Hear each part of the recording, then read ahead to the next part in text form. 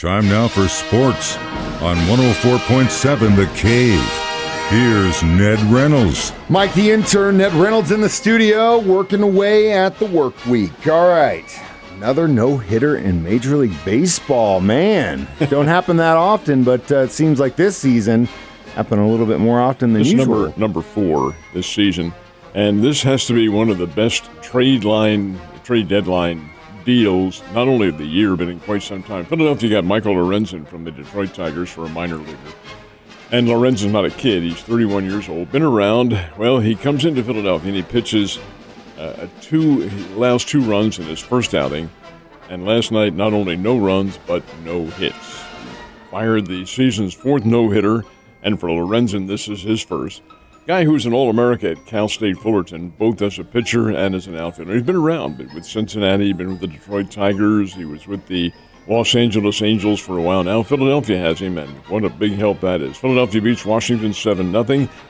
Lorenzen did allow 4 walks in the game, but no hits, and that is pretty doggone good. I don't care who you're playing. Washington's not very strong, but nonetheless, no hitter, and congratulations to Mike Lorenzen. And again, the league is kind of leaning towards the batters and more offense. And when you're seeing no-hitters happen more often than that, it's kind of funny in my opinion. All right, we got a former NFL player who used to be a Kansas City Chief in some hot water. He's not the only one. There are 2 of them who are making headlines for the very wrong reasons. Bashaud Breeland, of course, is a former Chief. He was on the Super Bowl championship team as cornerback a couple years ago and has essentially been out of football, although he is technically a free agent. Well, he was driving along in Charlotte, North Carolina yesterday, got pulled over, I assume, for speeding, but in doing so, the police discovered that the car he was driving was stolen. He had a number of concealed weapons in that car, and he had a stash of drugs. So Bashaud Breeland spent some time in jail, not very long. He's out on bond, but he'll have a trial, and that's certainly not good news for him. Second one was Henry Ruggs, who, to give him credit, he did accept responsibility. How could he not?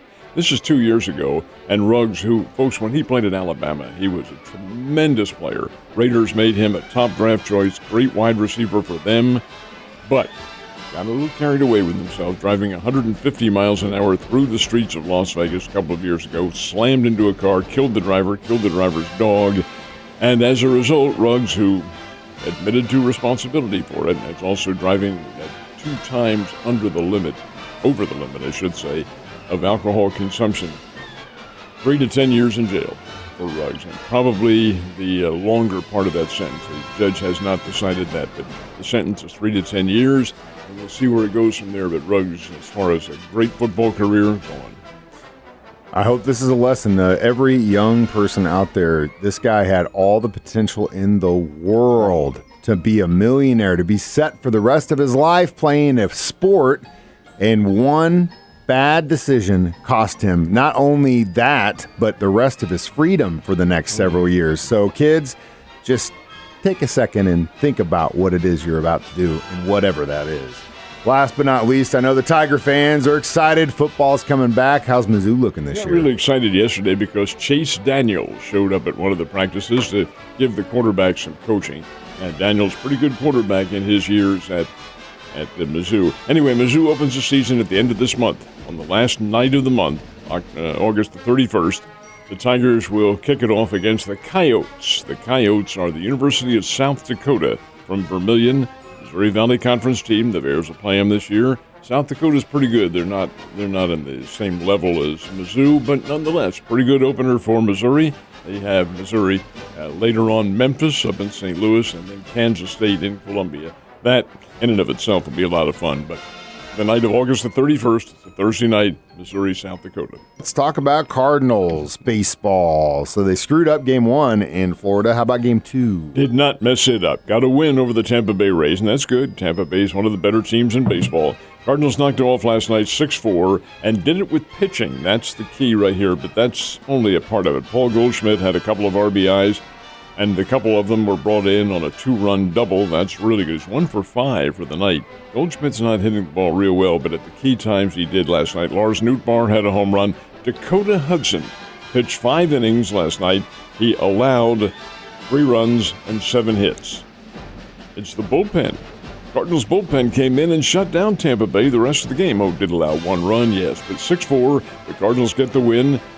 And did it improve them any? Well, yeah, they're now a game less under 500, and the number is 15 games under 500. They play the Tampa Bay Rays again tonight, then fly to Kansas City and play the Royals on Friday and Saturday. Now, that's the key right there. Friday and Saturday, there is no game on Sunday.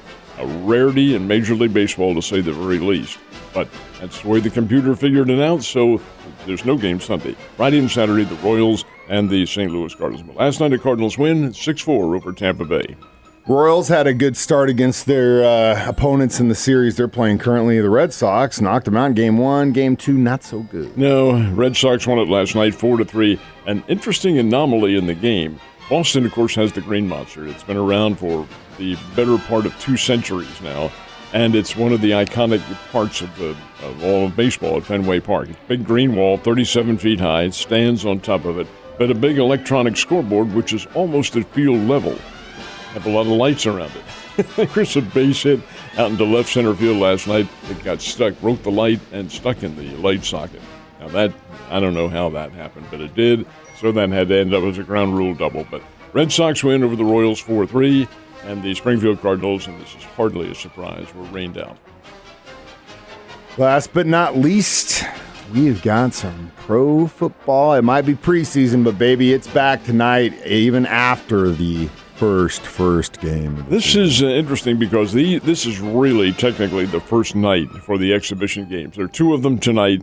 There's 6 of them tomorrow, 2 more on Saturday, and 2 more, including the Chiefs, on Sunday. Tonight, the Houston Texans and the New England Patriots at Foxborough, Massachusetts, and the Minnesota Vikings play the Seattle Seahawks out in the Pacific Northwest. Now, the Chiefs are playing on Sunday. That's Sunday, 12 noon. We'll talk more about this tomorrow. But Sunday, 12 noon kickoff. Of course, you'll hear the game right here on the KA 104.7. But the fact is, it's a noontime game. Why is this being done noontime? The Chiefs only play 2 noon games in the regular season a year. In the whole season, 2 of them. Well, the Saints play a whole lot more than that, and the Saints are playing at home, so kind of get them accustomed, since there are only 3 exhibition games, to the time frame. That's why the game is being played. But, of course, you'll hear it right here. Ned Talk will be at 10 o'clock. Ned, you have a wonderful Thursday, and I will see you tomorrow. Thank God it's Friday.